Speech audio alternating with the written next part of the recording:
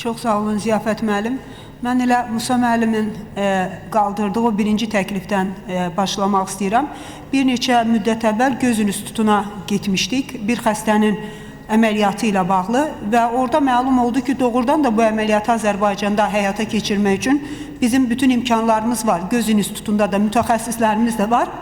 Amma buynuz qişanın köçürülməsi üçün toxumanın ölkəyə gətirilməsində doğrudan da qanunla heç bir məhdudiyyət olmasa da, amma bu gətirilmədə bu problemlər yarandığına görə bu əməliyyatların aparılması da mümkünsüz olur və bizim vətəndaşlarımız üst tutur İrana, Türkiyəyə, digər ölkələrə.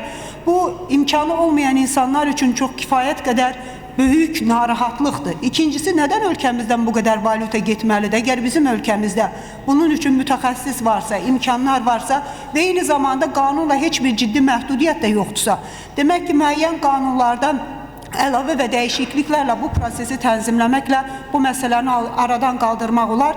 O vaxta qədər ki, ölkəmizdə də belə deyək, meyitlərdən orqan köçürülməsi məsələsi ilə bağlı qanunun həllini tapmasına qədər ən azı bunu həll etmək çox vacib olardı. İkinci qaldıracağım məsələ, bilirəm ki, sosial komissiyada bununla bağlı sənəd də hazırlanır, əlillərin və əlillərin reabilitasiyası haqqında qanun layihəsi.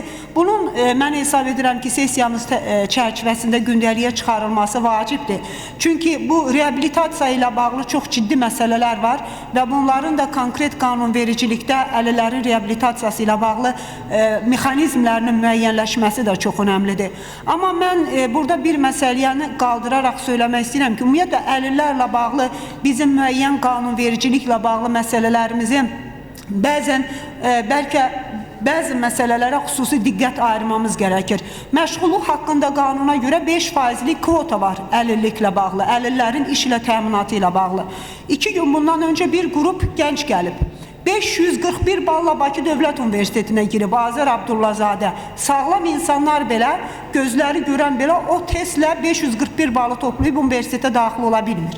Amma universiteti bitirib 2 ildə özünə iş tapa bilmir.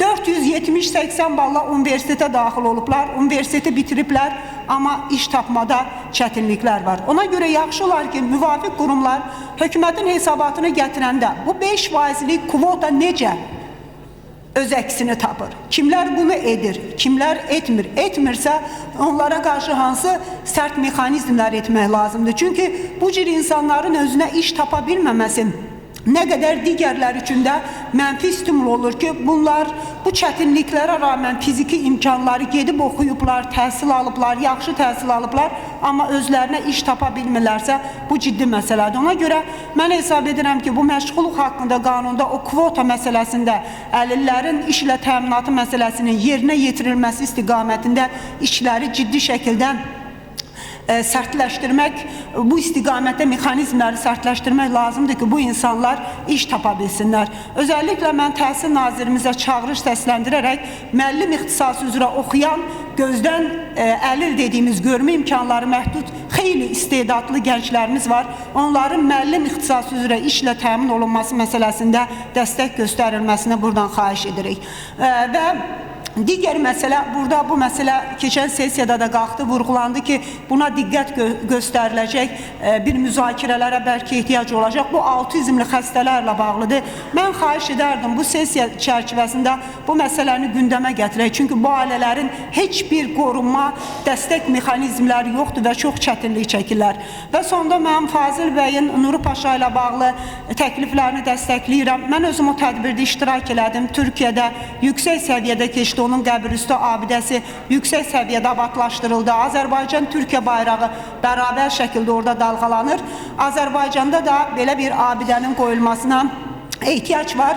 Amma mən bir çağırışda səsləndirərək bizim digər böyük dahimiz var, Əli bəy Hüseynzadə. O Türkiyədə, İstanbulda yatır, onun qəbri oradadır. Onun qəbirüstü abidəsinin də yüksək səviyyədə abadlaşdırılmasına ehtiyacı var.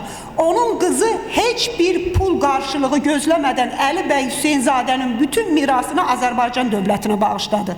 Bunu hər kəsin bilməsi lazımdır. Nə Türkiyədə, nə İstanbulda deyil, Azərbaycan dövlətinə bağışladı və bugün işlər gedir. Dövlətimiz səviyyəsindəki bütün o miras Azərbaycana gətirilir. Onun rəsmləri, əl yazmaları, işləri. Əli bəy Hüseynzadənin də bu qəbrüstü abidəsinin abadlaşdırıb yüksək səviyyədə